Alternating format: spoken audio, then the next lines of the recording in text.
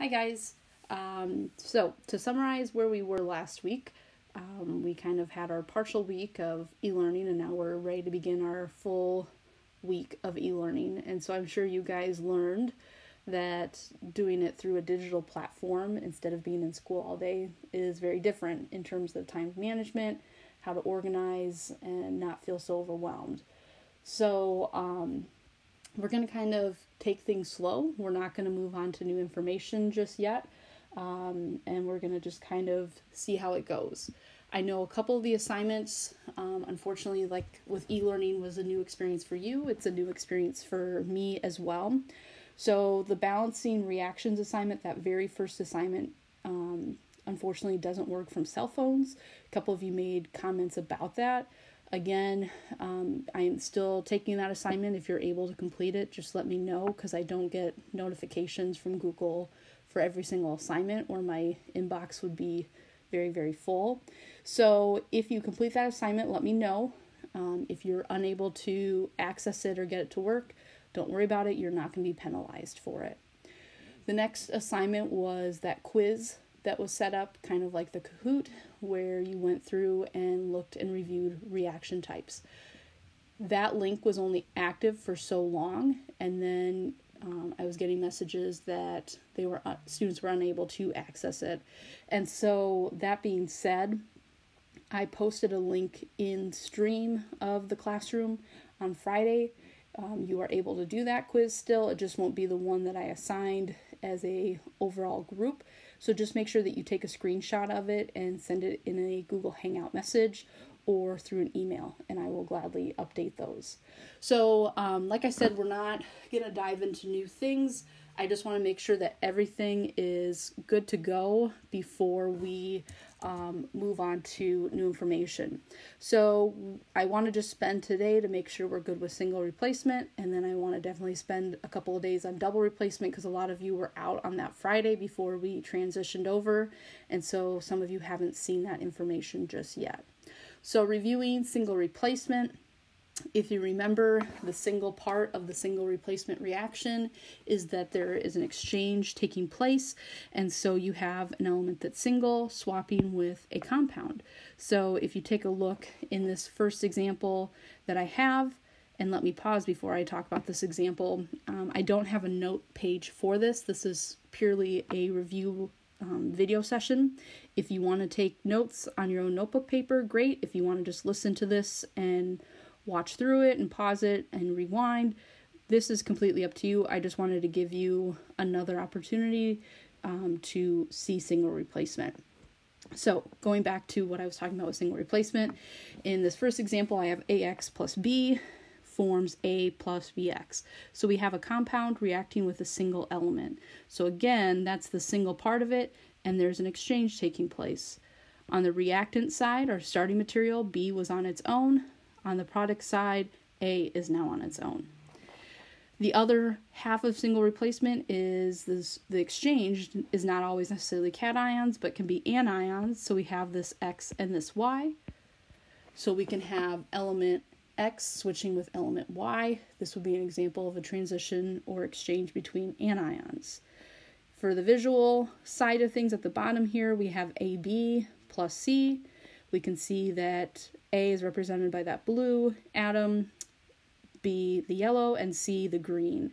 We can see that on the reactant side, A is in a compound, and but on the product side, it's now on its own. So an exchange took place here between A and C. So again, this is just a quick run through on the overall layout of what a single replacement reaction looks like.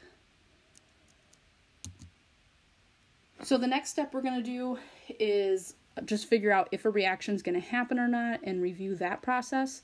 So if you want to, again, take an opportunity to pause the video, there's 3 things that you need to do single replacement reactions. You're going to need your periodic table with charges, get that polyatomic list out, and finally your activity series. If you're missing any of these handouts, I'm going to get these uploaded into the classroom. That way you can access them. If you can print them out, great. If you can't print them, that's fine. You can open them up as a PDF and use them from a computer. So, if you remember, the first thing that we have to do with single replacement reactions is determine if it's even going to happen at all or not. And so what you do to utilize that is this activity series. So I'm going to swap my computer screen over here. And here's that activity series. And so when we take a look at it, remember the left-hand side is the reactivity series of metals, the right-hand side non-metals. And so as you go from the bottom to the top of that activity series, you can see an increase. So gold is the least reactive metal, as where lithium is the most reactive. The right-hand side is a breakdown of non-metals, fluorine being the most reactive, iodine being the least reactive. So I'm actually going to leave my screen in this kind of format, so that way I can have my activity series open simultaneously with my Google Slides that I have going on here. So all we're going to do here is just say if there's a reaction or not. I'll talk about predicting products on the next slide. So the first one, it's wanting to know if lithium can react with this iron 3 nitrate. So what you have to first figure out is what's going to exchange with what. If you use your periodic table, you can establish that lithium is a positive charge. It's a positive 1. Iron, it's a metal. And based on the subscript, I can tell that it's a +3. So again, like charges exchange, because you have to have a compound with a cation and anion. So what we have to determine is if lithium and iron can exchange places with one another. So again, what you do is utilize your activity series. You're going to find your two elements. So we have lithium up here, and we have, let's see here, iron right here. Your single element must be more reactive than the one in the compound, and we can see that lithium is further up the list. So that means, yes, a reaction is going to happen. So all I'm going to do is put yes, meaning that a reaction will happen. Looking at my next reaction, I have gold reacting with this hydrochloric acid. So we have to first of all figure out what's going to exchange places. So if I look, gold is a metal. I don't really have enough information, but I do know that because it's a metal, that at least it's a positive charge. Can't really establish what the quantity is, but that's not important right now. What we are going to switch with then is based on my compound here. The hydrogen is my positive. So I have to look at my activity series between my gold and my hydrogen. Going over to my activity series, I have gold here way at the bottom, and I have hydrogen a few spaces above it. Hydrogen is the more reactive of the two, and so because hydrogen's already in the compound, and because it's more reactive, these are the ones we like. This is no reaction. Finally, the last one here, we have a reaction with chlorine and potassium bromide. Looking at my periodic table for charges, chlorine we know is a -1 charge.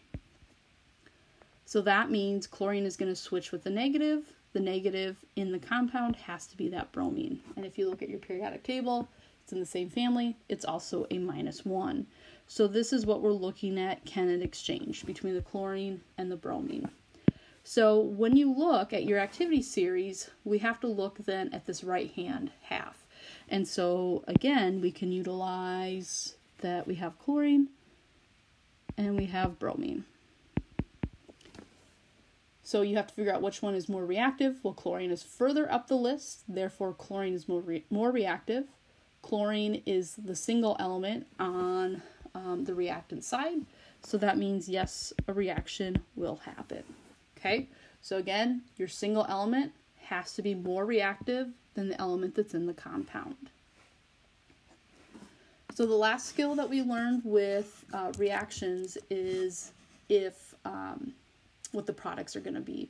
So a couple of these examples are the same from the previous screen. A and B are from the previous slide, so we know a reaction is going to happen. And then for C, I put in something different. So with that, we already established that because lithium is more reactive than iron, a reaction will take place. So the next thing I want to do just real quick is figuring out what the products are.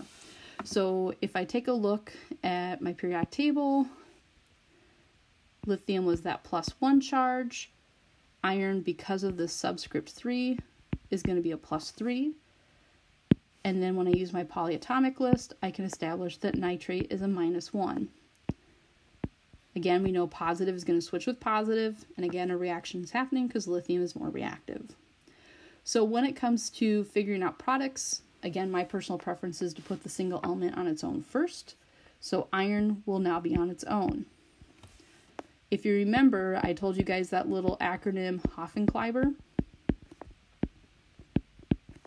These are the symbols for the 7 elements that are diatomic. They don't exist in nature on their own, so we write their symbols as H2, O2, so on and so forth. Iron is not in that list, so it's just Fe.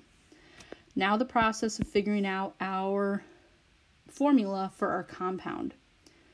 So what we need to do there is use our charges to re-figure out the appropriate subscripts. So we have lithium combining with nitrate. We have a +1, -1. This one works out really nice in that they cancel out, so this becomes LiNO3.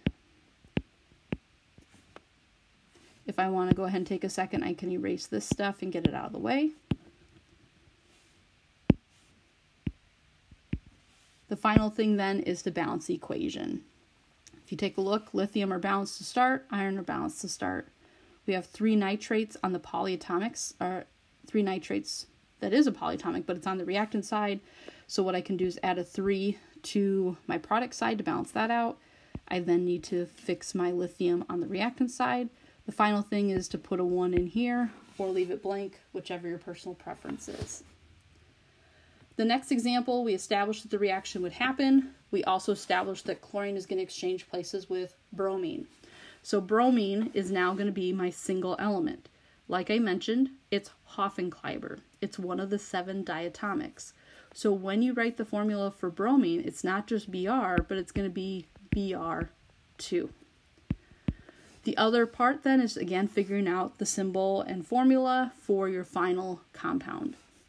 I know that my cation has to go first, which is potassium. Using my periodic table, it's a +1 charge. Chlorine is a -1 charge. Charges work out really nice here. It becomes KCl. The last step is to then balance. If I take a look, my chlorines are not balanced, so I can place a coefficient of 2 here. If I put a 2 here, I don't really have any room for that. That takes care of that. My 2 single elements are already balanced. I can add a 1 there. All right, so I threw in just one last example, especially with working with polyatomics and charges and things like that. So this one has a few little curveballs. So if you take a look, to start, you'd have to figure out, does the reaction happen or not? If you take a look, we have our activity series open. I find my 2 elements. Aluminum, when you look at your periodic table, it's a positive charge, so that means it's going to exchange with the positive in the compound, which has to be the copper. Aluminum is more reactive, so reaction is going to happen. So when that exchange takes place, copper will now be on its own on the product side. It is not Hoffenkleiber, so it is not Cu2, it's just going to be Cu. The final thing then is to figure out the formula for our compound. Aluminum on my periodic table is a +3 charge. SO4 you can figure out by using your polyatomic list. If you use it, you'll find it's a -2. So in this one, we do have subscripts that we need to bring down. So this becomes Al2, SO4 with a 3. Go ahead and erase that and get this out of the way. The final step then is to balance. So I have an imbalance in my aluminums. So I'm going to go ahead and place a 2 here. Polyatomics are not balanced. I have 1 sulfate on the reactant side, 3 on the product side. So I'm going to go ahead and add a 3 here. To balance my copper, I'm going to put a 3 here and then a 1 here. And this is all done. So what I'm going to have posted for you for homework is a Google form that's going to work through some single replacement style questions and problems. I'd recommend you need those 3 handouts: activity series, periodic table, polyatomic list. I would suggest getting a piece of notebook paper out, work the problems out. Don't just randomly click on something. If you have any questions, if you have any issues, feel free to reach out to me through Google Hangouts or through Google Forms.